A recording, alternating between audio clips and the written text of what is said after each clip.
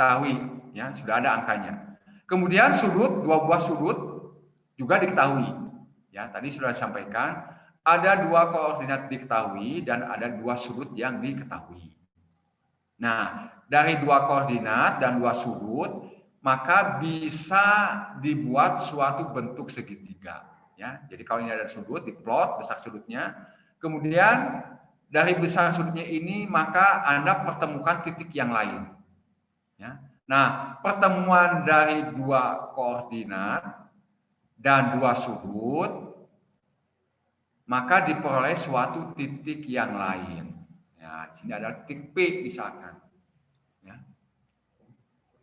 Ya. Jadi untuk pengikatan ke muka ini, data yang diperlukan adalah dua buah titik dan dua buah sudut, gitu kan bunyinya. Ya. Dua buah titik dan dua buah sudut. Pertemuan antara dua titik dengan dua sudut ini menghasilkan titik yang lain, yaitu titik P. Ya, jadi ini kalau dipertemukan, maka ini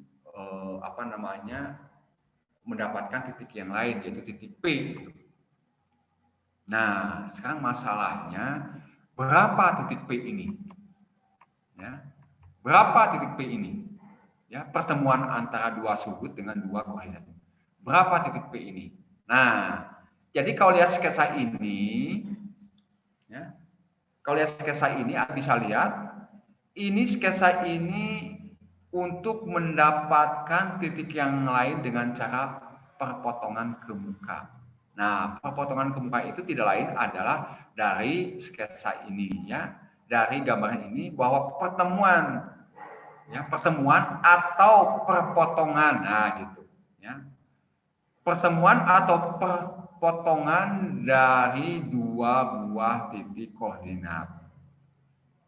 Ya, perpotongan dari dua buah titik koordinat ini, ya, yang diikatkan di titik A dan titik B, kemudian ada suatu pertemuan titik P itu. Maka ini adalah metode pengikatan ke muka itu, ya, yaitu untuk mendapatkan titik P. Nah, sekarang masalahnya bagaimana menghitung titik P dengan cara perpotongan atau pengikatan ke muka itu, ya, dengan cara pengikatan atau perpotongan ke muka, ya. Jadi ada istilah pengikatan ke muka atau perpotongan ke muka itu. Nah, kita lihat, ya, konsepnya. Jadi untuk menghitung jarak, ini sudah disampaikan pada waktu yang lalu, Anda bisa menghitung Pitagoras, ya, dengan menggunakan Pitagoras. Persamaannya adalah ini, ya. Jadi tadi disampaikan bahwa untuk menghitung koordinat tunggal dengan cara pengikatan ke muka, Anda harus menghitung dulu jarak. Nah, untuk menghitung jarak, persamaannya adalah ini. Nah, jadi untuk menghitung jarak dengan Pitagoras, jarak otomatis ketemu. Nah, ini pertamanya. Kemudian azimut, ya, azimut juga demikian. Kalau koordinat diketahui, maka azimut otomatis. Nah, jadi bagaimana menghitung azimut? Ya, bagaimana menghitung alfa AB? Nah, ini adalah azimut titik, ya, titiknya adalah titik A ke titik B, gitu, ya, yaitu azimut A ke B. Kalau ada dua koordinat diketahui, maka otomatis azimut yaitu akan persamaan ini. Dan jangan lupa, ya, jangan lupa Anda melihat kuadran 1 sampai kuadran 4. Nah, jadi untuk menghitung azimut, jangan lupa lihat tanda identitas X dengan Y itu, ya, untuk memilih kuadran 1 sampai kuadran keempat. Ya. Nah, untuk menghitung jarak lainnya, nah, tadi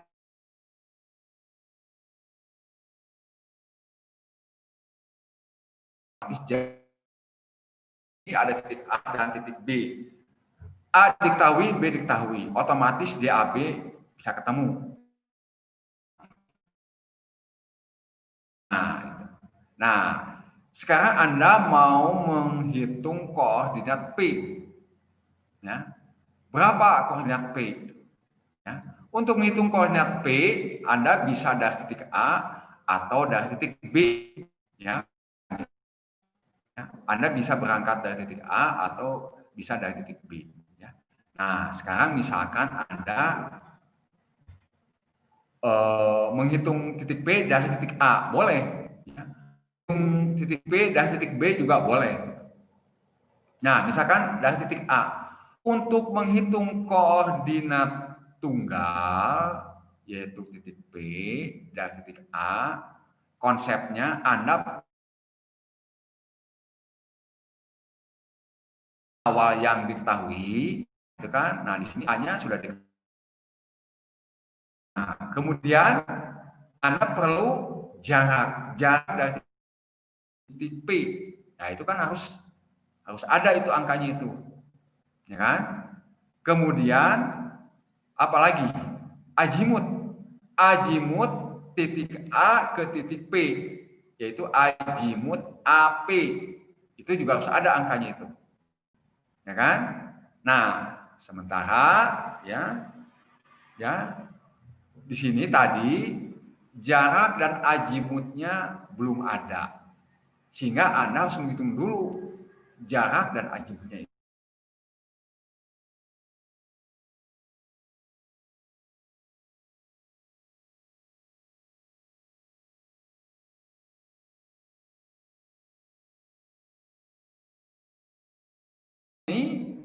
Kalau ini dua koordinat diketahui, ini diketahui.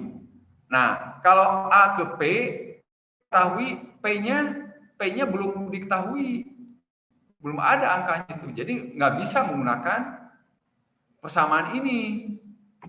Ya, nggak bisa menggunakan persamaan ini. Karena di sini XP dikurangi XA. XP-nya berapa? Belum ada, justru kita mau mencari. Ya, jadi kalau Anda menghitung jarak A ke P pakai persamaan ini tidak bisa. Karena XP-nya belum ada, ya, YP-nya juga belum ada. Ya kan?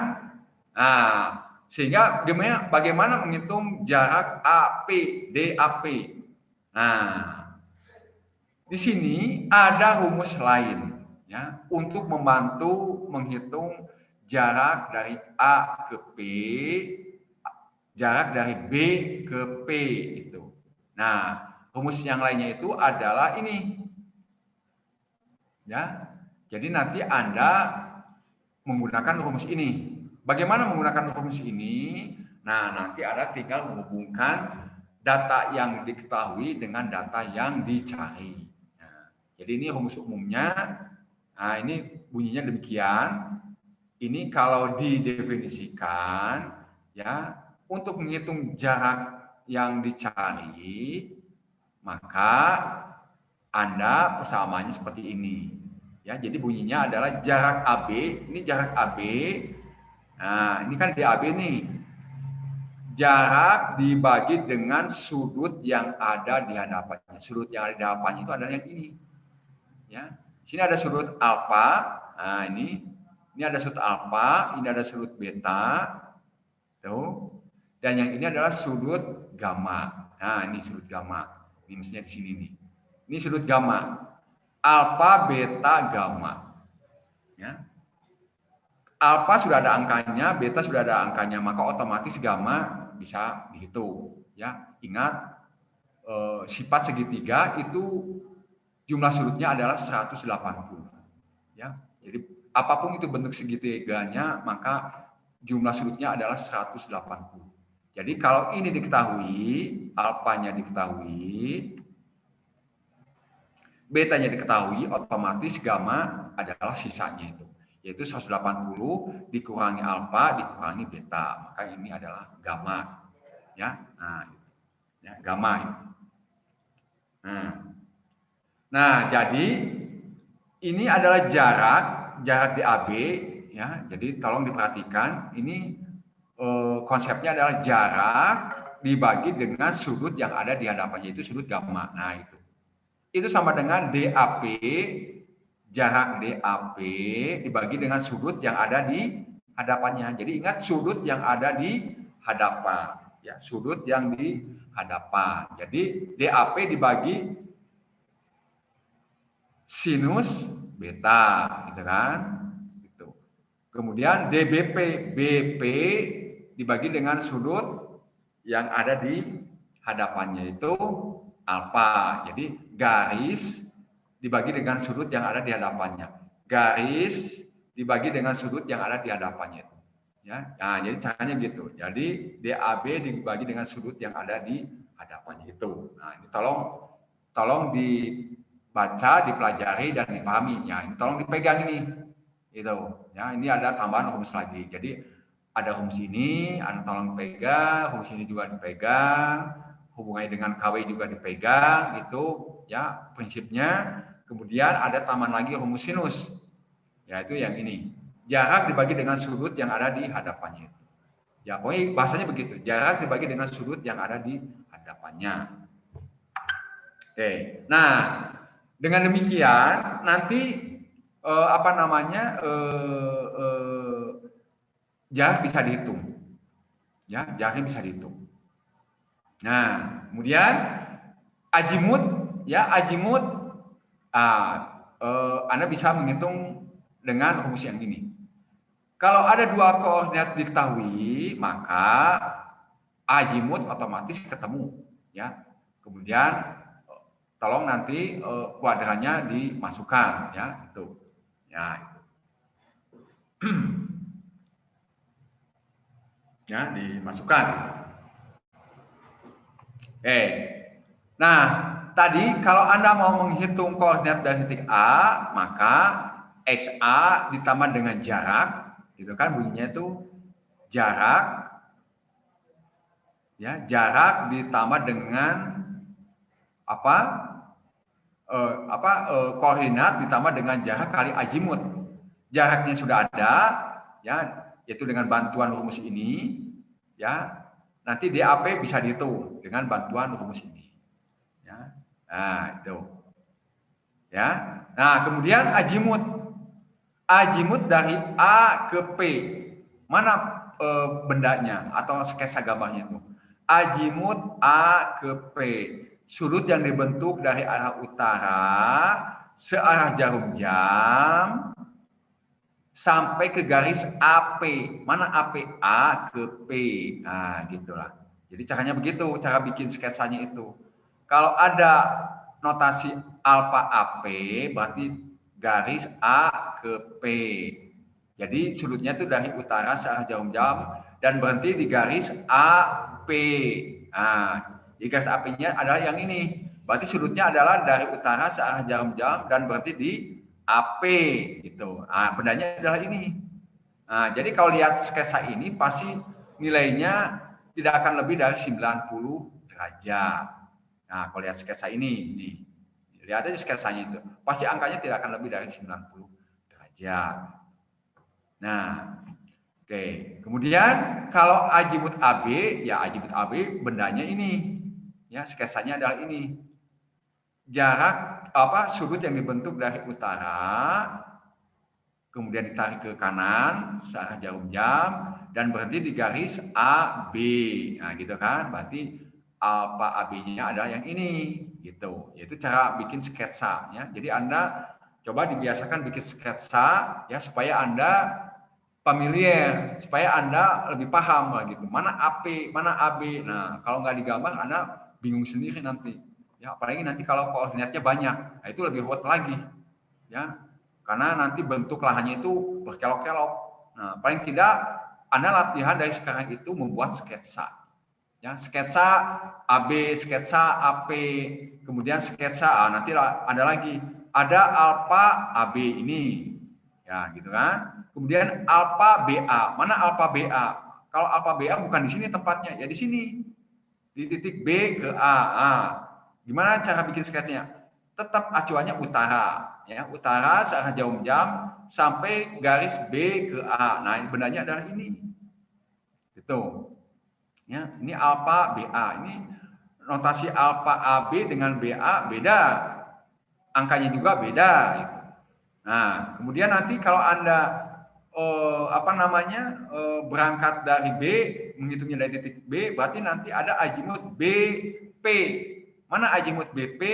Anda tarik dulu utaranya, nah gitu, tarik dulu utaranya, ya.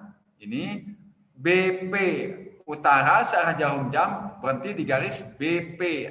BP kan ini, ya udah ini berarti bendanya itu, ya. Nah, kalau lihat sketsa ini BP-nya pasti kecil angkanya, azimutnya kecil. Lihat aja ini, nah gitu, menyiasati berapa angka BP-nya itu. Nah, dari sketsa aja sudah ketahuan. Tinggal nanti angkanya berapa ya tinggal dihitung gitu. Ya itu caranya bagaimana untuk azimut AB, azimut AP ya dan azimut BP. Karena nanti Anda perlu azimut dan perlu jarak ya, jarak BP ya dengan bantuan ini. Oke, jadi itu ya konsepnya. Nah, sehingga untuk menghitung koordinat ya, menghitung koordinat misalkan Anda dari titik A. Ya, menghitung titik P dari titik A berarti XA, nah, gitu. Ya, dari titik A berarti XA, titik koordinat awal ini. Makanya koordinat awalnya harus diketahui, yaitu XA di sini. Ya, harus ada angka. Kalau ininya belum ada angka, Anda belum bisa gitu. Ya, tuh XA itu. Ditambah dengan DAP. Nah, angkanya DAP berapa?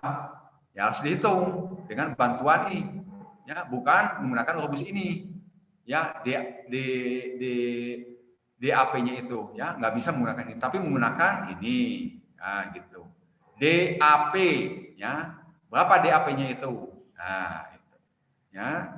Kemudian azimut AP. Ya, nih azimut AP. Berapa azimut AP-nya itu? Nah, Anda harus ngitung ini. Nah, untuk menghitung azimut AP, lihat sketsa ini. Gimana ngitungnya? Ya, kalau lihat sketsa ini, Anda sebetulnya sudah bisa menghitung. Ya, ya. Jadi untuk menghitung AP ini tidak ada rumus yang baku. Yang ada itu Anda bikin sketsa dulu supaya Anda bisa melihat bagaimana menghitung AP. Ya. Kalau lihat ini, nah ini nih, coba Anda perhatikan ini nih. Sekumpulan sudut yang ada di sini. Ya. Jadi tidak ada rumus yang baku itu. Anda tinggal lihat ini. Nah, ini nih. Untuk menghitung azimut AP, coba aja lihat. Tadi ada azimut AB. Dari mana azimut AB? Ya, nih dari sini. Kalau ada dua koordinat diketahui, maka otomatis azimut AB ketahuan ini. Ya, dengan ini. Ya, besarnya adalah sebesar ini. Coba lihat sketsa ini.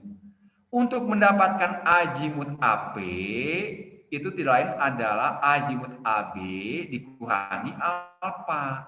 Nah, gitu kan? Jadi sebetulnya alfa ini perlu, tidak hanya sekedar nama doang, ya. Ini nanti akan diperlukan pada saat menghitung azimut AP. Nah, coba aja lihat ini. Berapa azimut AP? Itu tidak lain adalah azimut AB dikurangi alfa. Maka sisanya adalah AP. Nah, ini minta angkanya berapa AP-nya itu? Ya udah tinggal dihitung gitu. Nah, itu kalau dari titik A gitu. Bagaimana kalau dari titik B? Bisa. Angkanya pasti sama itu ya. Kalaupun ada perbedaannya kecil gitu. Ya. Nah, ya. Anda berangkat atau ngitungnya dari titik B. Ya boleh itu. Berapa koordinat titik P dari titik B? Berarti XB, gitu kan? XB, angkanya sudah diketahui, ditambah dengan DBP. Berapa DBP? Tidak bisa menggunakan rumus yang ini, ya. Tapi harus menggunakan persamaan ini, DBP. Nah, ini berapa DBP-nya itu? Nah, itu, ya. Nanti bisa ketahuan dari persamaan ini dengan bantuan itu. DBP dikalikan dengan azimut BP, ya, sudut jurusan BP. Mana sudut jurusan BP itu? Ini ada B, ya, ini ada P, maka sudut BP itu adalah sudut yang dibentuk dari utara. Anda bikin dulu utaranya, nah, gitu. Ditarik searah jarum jam, ikutin saja definisinya itu. Itu yang paling gampang. Anda ikuti definisi yang namanya azimut. Azimut itu adalah sudut yang dibentuk dari utara, makanya utaranya selalu ditarik dulu, dibuat dulu. Utara, nah gitu. Ikutin saja definisinya. Kemudian apa? Ditarik searah jarum jam, tarik ke kanan, gitu. Tarik ke kanan searah jarum jam. Dan berhenti di garis BP. Mana garis BP-nya? Ya ini. Ya sudah, berhentinya di situ. Maka azimut BP-nya adalah ini. Nah, gitu. Ya. Gitu caranya. Jadi kalau Anda ingat definisinya pada saat bikin sketsa, gampang sekali. Gampang sekali itu. Ya, jadi bagaimana bentuk lahannya, titiknya, ya dimanapun nggak ada masalah. Ya, yang penting cara membuat sketsa azimut itu adalah seperti itu. Ya, nah jadi nanti bendanya adalah ini, ya itu. Pasti angkanya kecil, ya lebih kecil daripada itu. Nah, sehingga nanti untuk menghitung koordinat P dari B, yaitu XB dikurangi DBB dikalikan dengan azimut. Ya sudah selesai itu. Nah itu bagaimana menghitung koordinat tunggal dengan menggunakan pengikatan ke muka. Ya. Jadi tentunya metode ini ada hubungannya dengan metode pola. Ya, metode pola. Metode pola itu tidak lain adalah koordinat awal, ya kan? Koordinat awal ditambah dengan jarak yang diketahui. Nah, kalau di sini jaraknya harus dihitung dulu dengan bantuan ini. Kemudian azimut yang diketahui.